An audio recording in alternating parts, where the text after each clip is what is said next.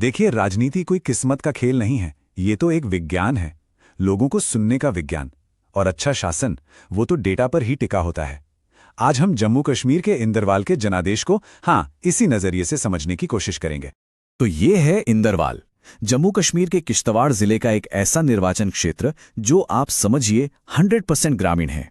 यहाँ की मिट्टी, यहाँ का समाज, दोनों की एक अपनी ही एक बहुत खास बनावट है और इसमें जनजातीय समुदायों का एक बहुत अहम रोल है। तो यहाँ के लोगों की रोजमर्रा की जिंदगी आखिर किन चीजों के आसपास घूमती है? सवाल बहुत ही बुनियादी हैं। पानी, सड़कें और अपने बच्चों का भविष्य। बस यही वो जमीनी हकीकत है जो हर चुनाव, हर जनादेश की बुनियाद होती है। और इसीलिए 2024 का चुनाव बस कोई राजनीतिक घटना नहीं थी। नहीं, ये लोगों का एक बहुत मजबूत, एक बहुत साफ संदेश था। अब उस संदेश को अगर समझना है तो हमें भावनाओं से थोड़ा ऊपर उठकर आंकड़ों की गहराई में उतरना ही होगा। 2024 में एक आंकड़ा सामने आया जिसने सबको चौंका दिया। 84% वोटिंग। अब समझिए, जब मतदान, वोटर टर्नआउट इस लेवल पर पहुंच जाता है तो इसका एक ही मतलब होता है। ये एक सीधी मांग है कि हमारी बात सुनी जाए। ये या तो बहुत ज्यादा खुशी का संकेत होता है या फिर बहुत गहरी नाराजगी का। तो चलिए अब इन चुनावी नतीजों को जरा बारीकी से देखते हैं और समझने की कोशिश करते हैं कि ये आंकड़े असल में हमें क्या कहानी सुना रहे हैं। नतीजे देखिए, एकदम बिखरे हुए। 50% से भी ज्यादा वोट, सोचिए, 2 निर्दलीय उम्मीदवारों में बट गए और जो राष्ट्रीय पार्टियां थीं वो पीछे रह गईं। ये सिर्फ नंबर नहीं है, ये जमीन पर बदलते हुए समीकरण का एक बिल्कुल साफ सबूत है। और जीत हार का अंतर कितना था? सिर्फ 643 वोट।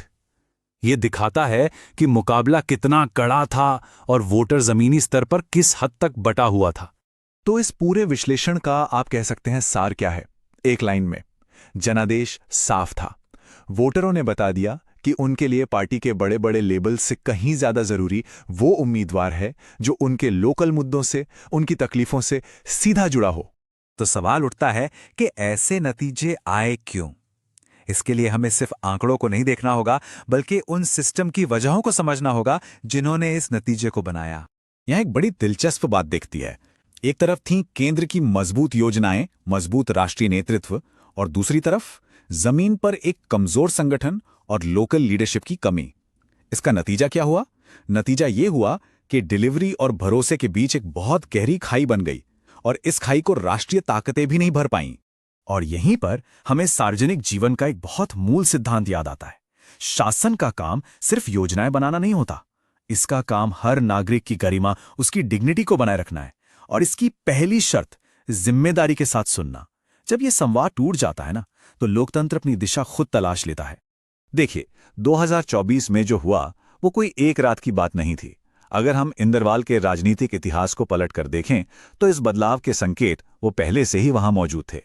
इंदरवाल की कहानी जेकेएन के दबदबे से शुरू हुई, फिर कांग्रेस का एक लंबा दौर आया और पिछले कुछ सालों में बीजेपी एक मुख्य विपक्षी ताकत बनकर सामने आई। लेकिन 2024 में ये दशकों पुराना पैटर्न, ये पूरा का पूरा ढांचा बिखर गया। तो फिर वही अहम सवाल, 2024 में आखिर ऐसा क्या बदल गया? ऐसा क्या हुआ कि दशकों के राजनीतिक समीकरण टूट गए और वोटर स्थानीय निर्दलीय चेहरों की तरफ चला गया? ठीक है, तो हमने समस्या का विश्लेषण तो कर लिया।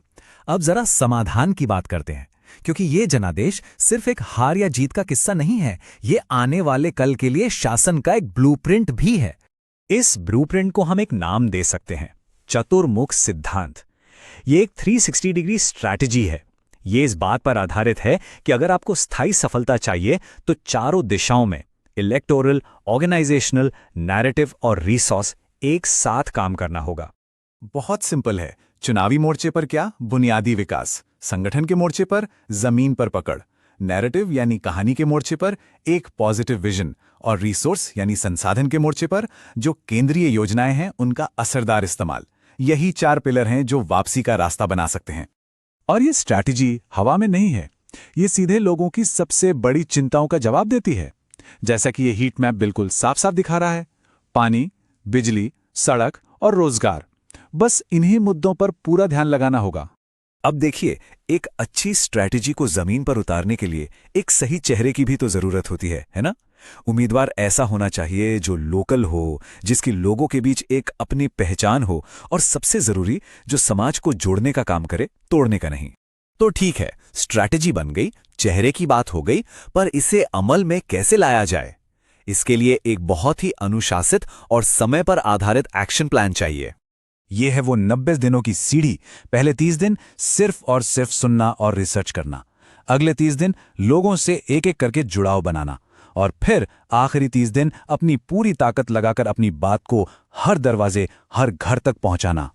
और इस पूरी मेहनत का एक निचोड़ होना चाहिए, एक संदेश जो सीधा हो, सरल हो और इतना शक्तिशाली हो कि हर किसी की जुबान पर चढ़ जाए। पानी, बिजली, रोजगार, इंदरवाल सबको स्टार। ये एक नारा पूरी विकास केंद्रित रणनीति का सार है। तो इंदरवाल का ये जो जनादेश है, ये सिर्फ एक चुनाव का नतीजा नहीं है, ये भविष्य के शासन के नाम एक खुला खत है। लोगों ने अपनी जरूरतें, अपनी उम्मीदें एक रोड मैप की तरह सामने रखती हैं। अब सवाल बस एक ही बचता है, क्या हमारे सिस्टम में सुनने की विनम्रता है और जो वादा किया है उसे पूरा करने का अनुशासन है? क्योंकि असली जीत वो वोटों की गिनती में नहीं, बल्कि लोगों का भरोसा जीतने में होती है।